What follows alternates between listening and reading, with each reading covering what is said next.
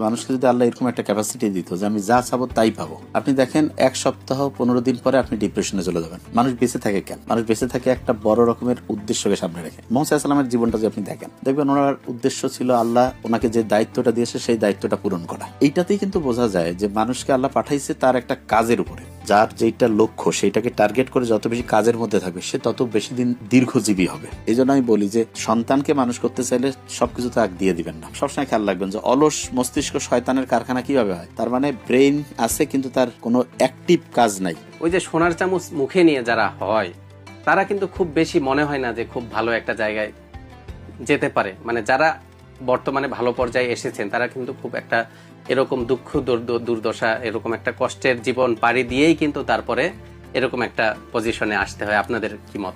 মানে মূল ব্যাপারটা হচ্ছে আমার যেটা মনে হয় সেটা হচ্ছে যে একজনের জীবনে যখন কষ্ট থাকে সে যদি টার্গেট করে যেন আমি কষ্ট থেকে বের হয়ে ভালো কিছু করব এবং জীবনে কমফোর্ট নিয়ে আসবো, তখন তার মধ্যে চেষ্টা করার যে মানসিকতা থাকবে। আর একজন যদি জীবনে না চাইতেই সব পেয়ে যায় তাহলে তার তো ওই মানসিকতাটা থাকবে না। আপনি যা চিন্তা করেন যে মানুষকে যদি আল্লাহ এরকম একটা ক্যাপাসিটি দিত যে আমি যা চাবো তাই পাবো, যেইটা আমার দরকার, আপনি দেখেন 1 সপ্তাহ 15 দিন পরে আপনি ডিপ্রেশনে চলে যাবেন। মানুষ বেঁচে থাকে কেন? মানুষ বেঁচে থাকে একটা বড় রকমের উদ্দেশ্যকে সামনে রেখে।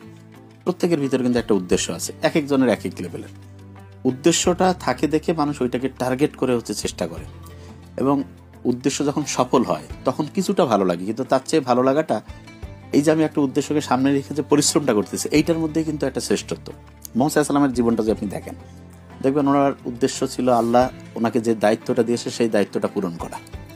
এইটার জন্য উনি শুরু থেকে যে সংগ্রাম করছে, এই সংগ্রাম করতে করতে তায়েফে কি মানে বলা যেতে পারে যে মানে কিরকম নির্যাতন নিপীড়ন, হ্যাঁ, এইটার উপর ভিত্তি করে উনি মনে করেন যে ফেরেশতারাও খেপে গেছিল যে আমরা গোটাল পাহাড় দাবাই দিব, কিন্তু মুহাম্মদ সাল্লাল্লাহু আলাইহি ওয়াসাল্লাম তাদের জন্য দোয়া করলেন যে না, এদের মধ্য থেকে পরে আমার উম্মত আসবে। এরপরে আল্লাহর সাথে তার দেখা গেল যে মেরাজ হলো এবং তারপরে যখন ইসলাম বিজয় হলো তখন আল্লাহ বলে দিল যে যখন দলে দলে লোক ইসলামের ছায়া তলে আসবে তুমি তখন ইস্তেগফার করবা, তখন কেন তুমি বিনয়ী হবা। এবং এরপরে যখন বিদায় হজের ভাষণে উনি বলল যে আমি কি তোমার যে দায়িত্ব সেটা পূরণ করতে পারছি কিনা, বললো যে হ্যাঁ।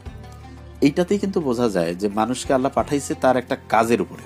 যখন তার কাজ শেষ, কোনো কিছু নাই, তখন পৃথিবীতে থাকার কোনো যৌক্তিক কারণ নেই। এবং আপনি খেয়াল করলে দেখবেন যে আপনার মুহাম্মদ সাল্লাল্লাহু আলাইহি ওয়াসাল্লাম যখন একবার খুতবা দিচ্ছেন উনি বলতেছেন যে আল্লাহর এক বান্দাকে আল্লাহ খুব পছন্দ করছে, কিন্তু সেই বান্দাকে আল্লাহ খুব দ্রুত তার কাছে নিয়ে যাবে।